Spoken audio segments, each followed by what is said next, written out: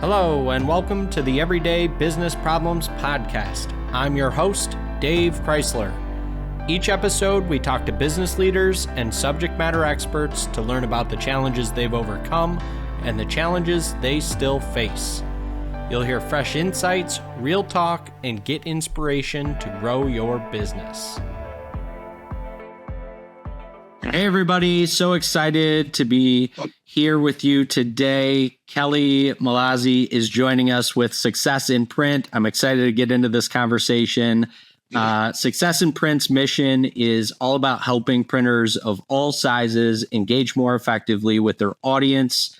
Their focus areas include sales training and coaching, facilitating workshops, and creating meaningful sales-driven content and marketing communications. Kelly graduated from the University of Michigan with a degree in political science, and among other notable accomplishments, co-founded the Windy City Rollers, which is super cool. I actually have a couple of friends that are in roller derby, so that is super cool. Awesome. She's also girl number 2 at Girls Who Print and a frequent contributor to many industry blogs and publications. Kelly, thanks so much for coming on the Everyday Business Problems podcast. Dave, I'm so glad to be here. Thank you so much for asking me. Yeah, I'm excited to get into this with you for a few different reasons. One, I think, we really align on kind of the people aspect of business in general, and specifically within the print industry. I grew up in this industry. I've been in and around it my whole entire life. I know you've been a long time proponent and supporter and been in the industry a really long time. And this, I think, is just so near and dear to the both of us. So what for you was, kind of the genesis story for print, right? Why print specifically? Yeah, I mean, I was working retail right out of college, and a colleague of mine walked into the store that I was working Thanksgiving weekend. So you can imagine the pandemonium that was ensuing at that point. And she started telling me how she was doing this outside sales job. And I was like, A, I'm interested, but B, I'll call you in January, right? Right. I had to get through the holidays, but that notion of all the same things that you get to do in a retail setting where you're helping people and you're solving problems, but 9 to 5, Monday through Friday. Yes, please. Like no evenings, no weekends. Like it sounded amazing. And so I went in for the interview, had no idea what printing was really, right? I didn't know the difference between CMYK and RGB. This was early 90s, Dave. So different times in terms of being on that precipice of a lot of technological advancement. But I never looked back. It's 30 years now. That's awesome. I just won the Girly Award last year from Girls Who Print for, basically a lifetime in the industry, which I'm still in denial about. But yeah, it's like you wake up one day and you're like, oh my gosh, I've been doing this for 30 years. Like what happened, Yeah. It's an industry that, captures people. I think it's just full of so many genuine and hardworking people and people that are, kind of constantly looking towards different things. And I would also say it's an industry, like many industries within manufacturing, but it's kind of an industry that's the way we've always done it. You kind of talked about transition, talked about some of the new cutting edge things that are out there. But, a lot of companies, operations are second generation, could be third generation, family owned businesses. And so I think you still have some carryover of kind of the way things used to be in the 70s, 80s, before we started to see, more of a focus around people, more of a focus around like cutting edge, kind of digital technology and some of the even, kind of coolest, latest and greatest stuff with, AI and some of the other tech tools that are available. So I'd love to know from your perspective, like at what point did you really start to connect the dots in terms of, the company culture aspect, and then, kind of how did that influence, each one of the areas that you've kind of been in the industry? I was just having this conversation with someone earlier today, and I really do feel like the shift has been seismic when it comes to the idea that if you asked any affiliate, if you asked any president of any association in the printing industry up until about a year ago, they would have said that the biggest problem that their members have is sales and marketing. And now, Dave, it's workforce development and company culture. And that has been absolutely fascinating because I've managed to make that shift and just taking the same energy and passion and care that I have for people and just started talking about different things, right? So now I've just come back from 2 different events where I was talking about innovation, company culture, and a lot of workforce development. You know this, I know this. It's what everyone is talking about. How do we attract young people to this industry? So it's a whole new set of conversations, but at its core, printers are still trying to help companies leverage print to reach their goals, right? We all know that print is a crucial part of the marketing supply chain. And when we approach that from a place of peaceful coexistence instead of defensiveness, it's just a better conversation, right? It's just a better place to come from. I told every group that I talked to this weekend, I just really want you to stop saying the words, print is not dead. Please stop. It's so lame, right? Like, come on. Like, let's just stop with that. We sound like we're the angry redheaded stepchild, like angry about where we are when we really should be celebrating that print is a crucial part of the supply chain. We're sturdy about that. We're excited about that. We're passionate about that, right? So that's really the place I'm coming from today.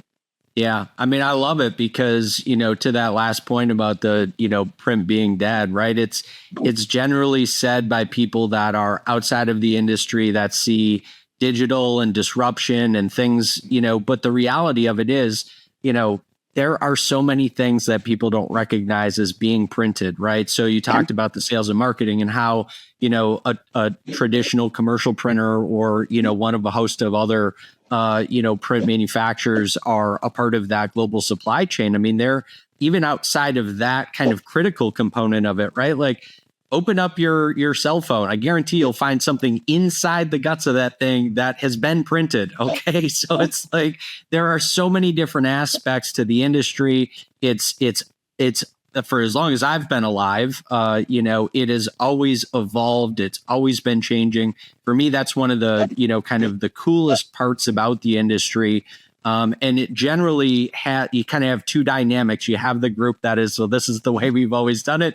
And then you have the group that are, leading the pack and looking for these ways to, back to your point, bring young people into focus. How do we get people excited about this as a career, as an industry? And it is so cool, I think that's the part that I love about it the most. What, kind of getting into some more specifics around this conversation and connecting that workforce development with the conversations that you're having from a sales and marketing perspective. What are you hearing from owners and leaders in terms of, from that tactical perspective? Like, what's the gap? Like, what do they feel like is missing in the conversation to bring people along into the vision of where this particular company happens to be going? It's not any different than what we started hearing 10 years ago when everybody was lamenting about millennials, right? Millennials this, millennials that, all this trash talk happening, Dave. And now, these millennials are in their late 30s, early 40s, and they're kind of going, well, no one's talking about us anymore. Everyone's talking about Gen Z and how we kind of accommodate and fold them into our workplaces. But I'll tell you, it's the same thing as everything else in humanity, Dave. You're either coming from a place of love or you're coming from a place of fear. And what owners are afraid of is what they see with their own 2 eyes on a resume, right? Oh, this person's 27 and they've had 5 jobs. Like, how am I not to think that this person is just going to jump for a few grand every year? And that's a real concern. And so that is exactly why company culture has to be at the forefront of everything that we're talking about. So you know what they're talking about? Because I was just at, again, 2 different events about this. The intentionality of an onboarding process, the intentionality of a career trajectory, investing in people, and stopping the mindset that everybody's just lucky to be here. Right? That if you're an owner or a manager, you cannot act as if everybody is just so lucky to be working with you. It really is like, we have to be the ones to provide some context and show them the way that what can happen if they stick it out somewhere, right? But we have to give them reasons to stick it out there. And what does that include? It includes a purpose. It includes a voice. It includes listening to their ideas, good, bad, or indifferent, listening to them and acknowledging, those ideas, and sometimes saying exactly what you said, the remedy to the question, why do we do it that way? And having the answer be, because that's the way we've always done it, is, do you have a better solution? Yeah. And then to listen to that and kind of come at it from a beginner's mind, like it's almost like if we had a magic wand and we could wave it around, what would we do differently? And then start to think about how we might affect some change. Yeah. I mean, so much gold in what you just said there. I mean, my kind of favorite saying, especially when it comes to, really any type of change management, when you go into an organization, it's really that question, right? Like, given kind of time and money as no object, what's the first thing you do? Right. And I think for owners and leaders, it's giving them the reminder that they haven't always, they didn't capture the knowledge they have today in month one, in year one, right? Like it's this runway. It's about, the continual growth, how you've come up through the industry, the different things that you see, and then again, being open to letting other people into the conversation. Mm-hmm. And I think today, there is such an untapped potential for letting some of the younger folks who love social media, who love to talk about what they're doing throughout the day, and utilizing that as a platform, giving people space to do that, encouraging people to help be part of that brand voice instead of it just being, oh, this is a sales and marketing function, or, we don't want people to, these views are not representative of our company. Like all of those types of conversations, we have to really start looking at this as a different opportunity, I feel, than we really ever have, especially in industry that is, built around communicating, with other people, right? Yeah, absolutely. It's a little bit of pulling back the curtain a little bit, isn't it? Yeah. It's like really giving people that 360-degree view of what's it like to work here, right? Because I think we have to think about, the young people thinking like they might look at taking a job as a risk, right? Like what kind of a guarantee do I have about, where I'm going to work? So the more we can let them kind of see what it's really like to work here and what the opportunities are and what success looks like, I don't really know how you're going to make that case if you don't open yourself up a little bit more. Yeah, I think, I had another guest on that kind of summed it up really well too, but for me, it's like, it's about meeting people where they're at. Mm-hmm. And for some people, that may be wages, right? For some people, that may be flexibility. For some people, that may be giving them more of an idea of what a career path really looks like in my organization, the industry as a whole, right? Like, I remember being a young leader in the print industry and had no idea about all of the different organizations that you could be a part of and how you could utilize that as another platform to not just grow and learn, but to, expand and reach other people to have those. So, if we're not doing that and opening up those doors and letting people into that conversation, and talking about how this is a real opportunity, we're doing, all of us are doing ourselves a huge disservice. Absolutely. And honestly, the talk about generations was very rampant throughout the last couple of events I've been to also because, the Gen X generation was known as the kind of feral, suck it up and deal generation that figured everything out with no guidance whatsoever. Right. And so imagine if we all just said, well, that is the way it should be for everyone.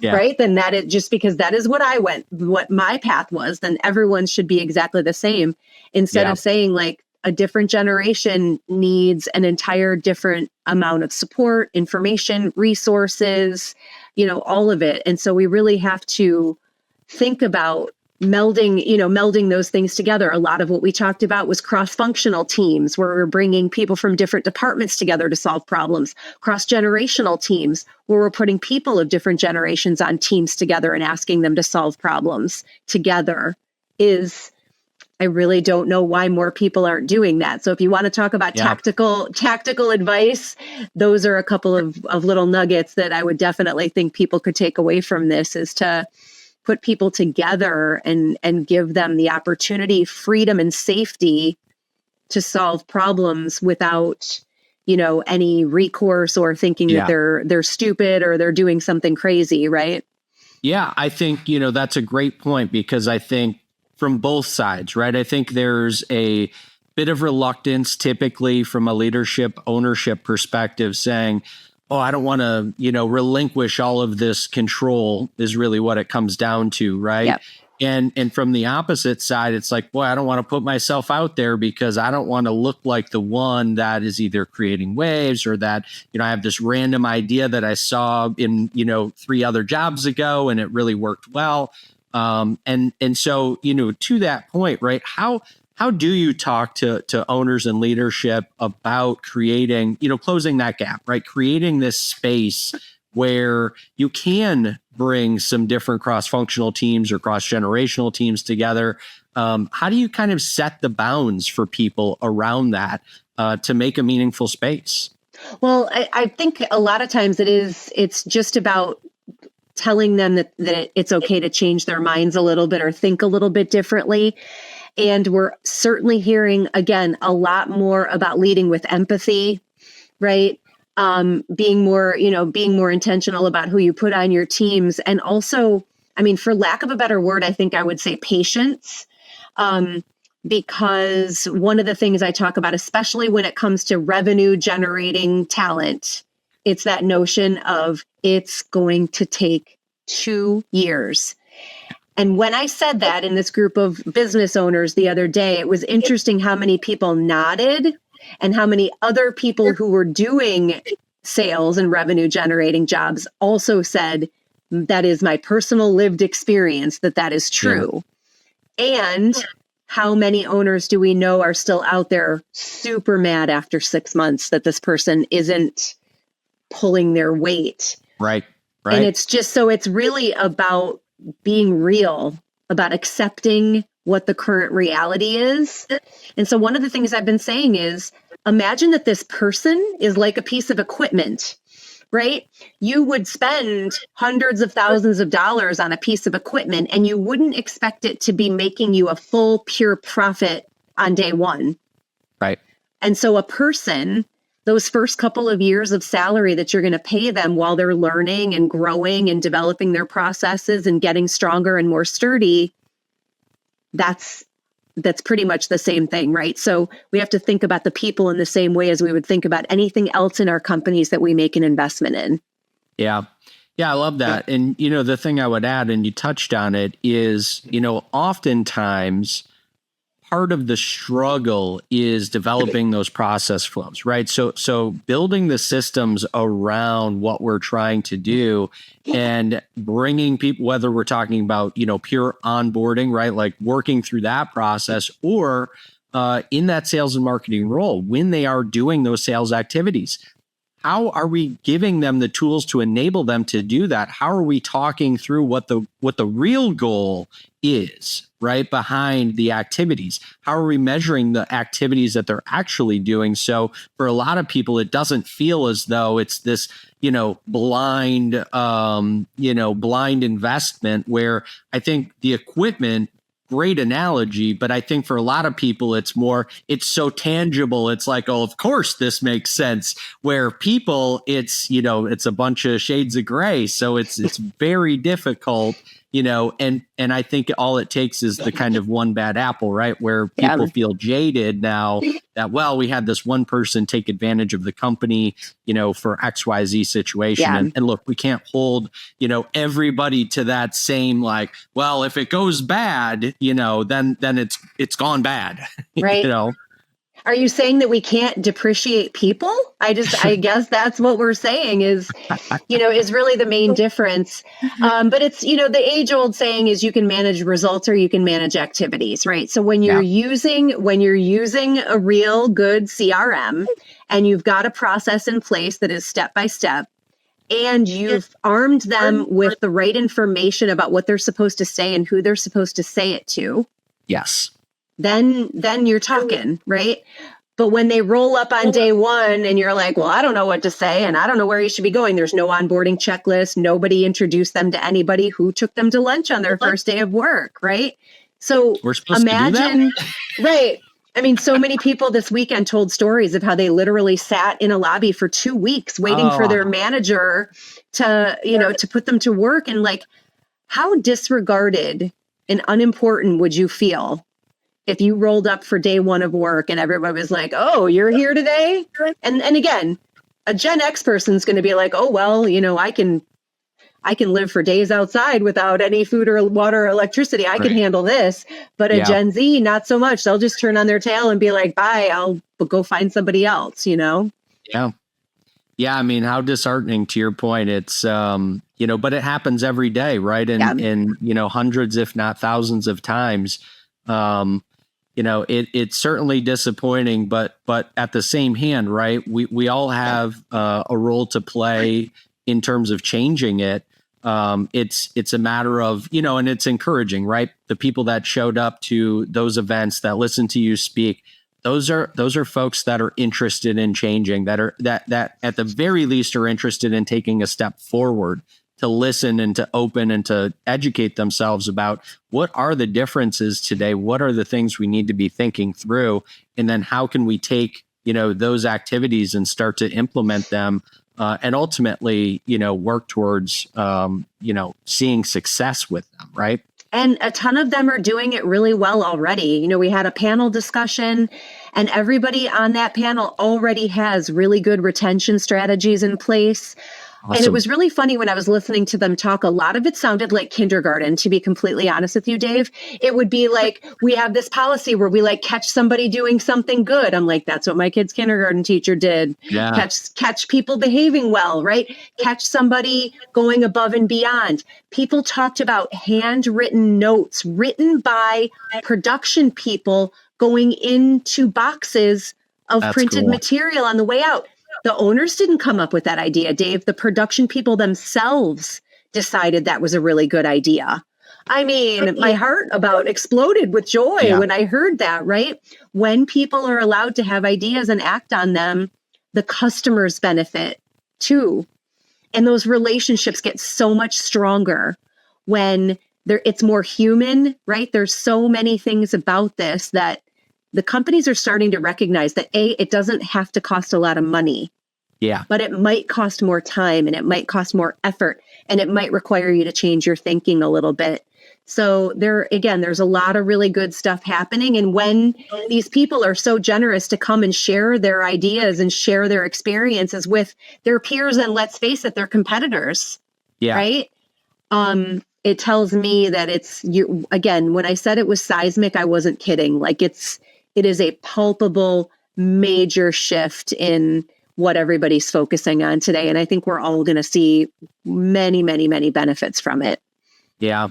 Yeah. I mean, it's, the other interesting part about that, right, is for all of the people that are changing, have changed, that are doing these amazing things, it's still such a small subset, right? Because for every one of them, there's 100 or, at the very least 10 or 50, right, that are thinking to themselves like, oh, I'm just a printer, oh, I do this. Like, everybody always beats me up on price. Everybody wants to know, why they can't have it yesterday. And then you hear these different stories. I've heard stories of people creating subscription businesses around, their print offering. I hear stories of people, creating this really small subset niche from a service perspective that are going out and, price is the last part of the conversation. Right. It's just like, can you physically make this happen? Yes. Great. Nobody, so it's all about how you define it, wouldn't you say? Yeah, absolutely. And it's why really it matters that we have more of a conversation about innovation too. Because if you think about it, so the question that I asked this group of people when we were talking about innovation was, what are the 3 most significant innovations of the 21st century? So do you want to take a guess at what any one of the 3 most important innovations of the 21st century? So you've got this, right? Yep. Your smartphone. Sense. You got AI, right? I don't know about you. I don't get through a day without talking to the robots. Yep. And then biotechnology, like gene editing and things like that are just so unbelievably important. But I was talking to a gentleman in Ohio who is a business that transfers 16 millimeter film and VHS onto something usable for people, right? Like some kind of either a CD or some digital version of all of their home movies, right? During COVID, his business completely exploded. Why? Because people were going up into their attics because they were stuck at home. And he morphed his business into printing memory books, collages, all this stuff. I mean, the man bought several pieces of equipment right while we were there on the floor of this event.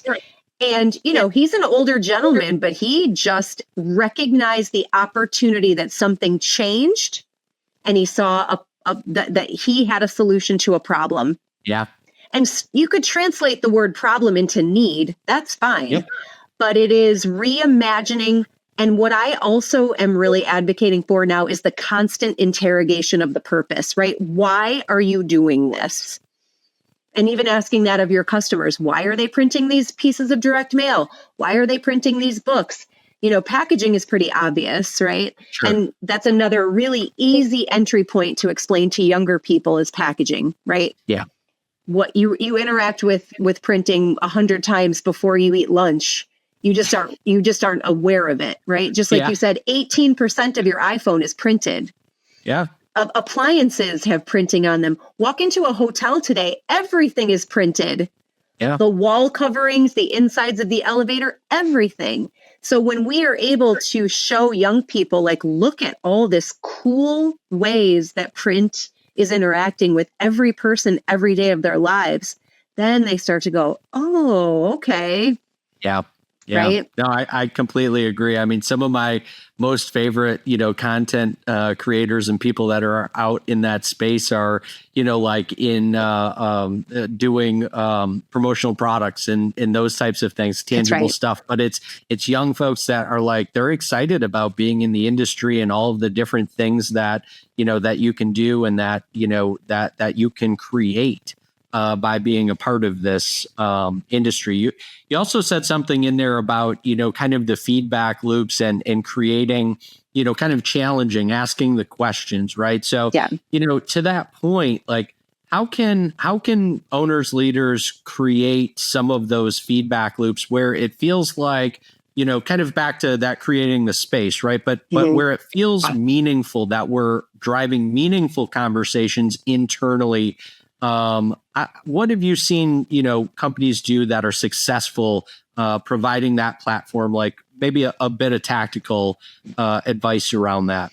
Yeah, I mean, definitely social media for sure. And that extends beyond just LinkedIn, even though LinkedIn is a great way to have. And the most important thing is that somebody needs to monitor that stuff, right? So you put together this amazing case study and you have this video and you put it out there and all these people like it. You don't do anything with those likes. We need to kind of expand our stadium, so to speak, by engaging with those people who are liking your content, engage with those people who've taken the time to either share it or comment on it for sure. And then even like what you and I are doing, why not have conversations with people that you come across that you think have something valuable to say and make a video about it? I mean, those would be pretty obvious ones. But, bless you, printers, like, look at your website. If it says 2019 at the bottom of your website, like, we need to talk about this, because 70 to 80% of the buying decision happens before anybody talks to anybody at your company, which means that all your buyers and everybody that you seek to do business with, they're checking you out. They're reading your Google reviews. They're paying attention to what people are saying about you. They're looking at your social media. They're looking at your website. And if that doesn't make it real easy for them to understand right away what you do and how you do it and why, you got some work to do. And websites are not the 5-figure investment that they used to be, right? You can make tweaks to a website relatively inexpensively, but it's really about paying attention and treating every one of those interactions like a conversation, not like a statement out into the abyss. Yeah. I love that because, and to your point, right? I literally had somebody leave me a comment on one of my social posts that said, hey, I love what you've been doing. I've been following you since 2022. It's like, Yeah. wow, like 2 years on this journey, never talked to this person, is never engaged, right? Up until this one seemingly random post, and it's never like that. It is, to your point, it is always, information is so readily and widely available. That is not what, people are really after these days. So I love that advice. And the other thing, like I'd love if you could talk about this, if you've seen any companies start to leverage this, but again, I think that there is an opportunity for more people to spread out that brand voice and drive those conversations across social. Have you seen any companies that are starting to do this with their sales and marketing team, kind of giving them some bounds, letting them be a part of that brand voice to really amplify? I mean, from my perspective. Yeah, I mean, I definitely think there are some companies that are doing a good job of telling the stories both internally and externally. So you'll see like SPC Communications in Chicago has a robust employee appreciation program. So the things that they're doing are good for the customers and for the employees, right? Because the customers go, oh, look how well they treat their employees. I like to do business with people who are nice. Yes. And the employees are like, they feed me once a quarter, round the clock, by the way. Yeah. That's phenomenal. But Dave, you bring up a really good point that I think our industry needs influencers beyond just me, right? We don't need a 55-year-old lady telling us what to care about. I've got my eye on some college students that I would like to gently bring along, encourage them to be more out in the world on social media, talking about their internships, their school programs, their work-based learning. I'm going to be meeting with a trade high school that has a graphics program here in Connecticut in a week or so. And they are struggling to get work-based learning for their students. So if I can be the conduit between, the associations and the printers to say, hey, these people have these 3 young people who need hours, they will come and work in your shop. You may technically, I think under internships now you do have to pay them, but minimum wage, right? To give them the experience. I was in Ohio and this equipment distributor shares office space with a college, Dave. So imagine the pipeline, right? Their offices are right there around the corner from a maker space, from a wood shop, from a place that has plotters and large format printers and all kinds of fabrication. So it's a logical pipeline for them to give these kids internships. And they've hired, many of them have been hired on full time when they graduate. It is so smart. Like I see things like that. And I think this is something that really should be repeated all over the place, that I would like kids coming out of graphic arts programs in both high school and college to be treated like college athletes, right? They should be fielding multiple offers to go and work places, because this is how excited we should be about them wanting to go into these industries. And it's another reason that, the matching, I do mentor matching for girls who print. I was just doing it today, like looking at who the mentors are and what they offer, and matching that up with what the mentees are looking for, whether it's career advice, sales, mentorship, HR stuff, work-life balance, all of those things. So it's all just super important. And, again, those of us who've been around, we owe it to the younger people to kind of lend a hand and kind of pull them up a little bit. Yeah. No, I couldn't agree more. And I love all of that stuff. I mean, I think, that's really part of my journey. I've mentored different, different groups, most recently, some high school kids for the last couple of years. And, for me, that's kind of part of sharing that story. I didn't take a traditional path. My parents owned a couple of different printing companies as I grew up. So I was fortunate that, while I was going to college and kind of doing that I could work there and kind of go into the work world. But, I didn't take a traditional 4-year university degree pathway to do the things that I do. And so it's very much, about sharing all of what, print and manufacturing has done for me, all of the different opportunities that exist throughout it, just because you maybe don't want to get your hands dirty, let's say, and be an actual pressman. Well, guess what? Lots of traditional equipment is being replaced by digital technology that That's you right. really need to understand a completely different workflow and set of skills for. Maybe accounting is your thing. Guess what? We need all kinds of controllers and bookkeepers and CFOs and, really talented numbers folks, right? Like there's so many different aspects of the industry that people could get involved in that, I think we just have to continue opening up space for that. And then, not being afraid or not being apologetic in terms of, thinking that this is an industry to not be excited about or want to partake in. Listen, we talked a lot this weekend about the fact that Scouting offers multiple badges in sustainable packaging, paper and pulp, printing, right? That we should be getting scout troops into our plants because it only takes one. Imagine if every time you invited a group of kids into your plant, one kid went, I want to do that. How much better off we'd be. We talked about attending middle school career fairs, right? That we got to get them and tell them about what the possibilities are at an early age. And another thing, Dave, that might make you roll your eyes a little bit is we have to get the parents involved, right? So imagine if you could go to a parent and say, hey, maybe Junior isn't necessarily destined for a 4-year college right now at 18. What if we could put him into some sort of an apprentice program, save you $200,000 in college fees that he's just not ready for, and show him a different way, right? This is something, again, I really think we need to be talking to families. I think we need to be, again, getting kids when they're very young and get them excited about it. And good things will happen. Yeah, no, I couldn't agree more. Well, Kelly, hard to believe that we've already blown through our time here because I feel like we just started. So definitely, V2.0 if you're up for it, because what a great conversation.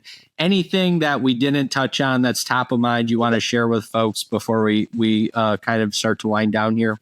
No, again, I think it's just about being open, right? Being open to the new experiences of what the gifts that these young people are going to bring to your company. Don't look at them as burdens. Don't be afraid of them. And are you going to get burned every once in a while? Maybe you are. But again, your intention behind your company culture, your onboarding strategies, and all of that is going to make it less likely that they will leave you if you give them the right opportunity. So don't be afraid. And also, like, we don't really have a choice, do we, Dave? Like, we know that these folks, I mean, every single person that I saw the last few days was talking about the large percentage of their population that is going to be retiring in the next decade. So we have to be proactive about this. We can't just bury our heads in the sand, and we might as well approach it from a place of openness and love and excitement rather than, resentment or fear. So that's always the stance I'm going to take. So I so appreciate you having me. I think it's great, the work that you're doing, and I definitely hope we can work together in the future. Yeah, I love it. For anybody that's interested in connecting with you, Kelly, where's the best place for people to find you? So you can go to my website, successinprint.com, but find me on LinkedIn and just hit me up on LinkedIn. My cell phone number's there. You can text me. You can call me. You can send me a LinkedIn message. I'm just here to, help people talk through things and figure out the best way forward. So I love to talk to people. I love it. Great. Yeah. Well, I'll put all of that info in the show notes for people as well. And thanks so much for coming on the Everyday Business Problems podcast. Thank you, Dave. Best of luck to you. Thanks for having me. Thanks. Take care. Okay. Bye. Thank you so much for listening today. If we brought you any value, please rate, subscribe, and share our podcast.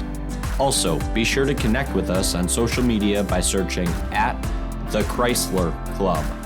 Until next week, I'm your host, Dave Crysler.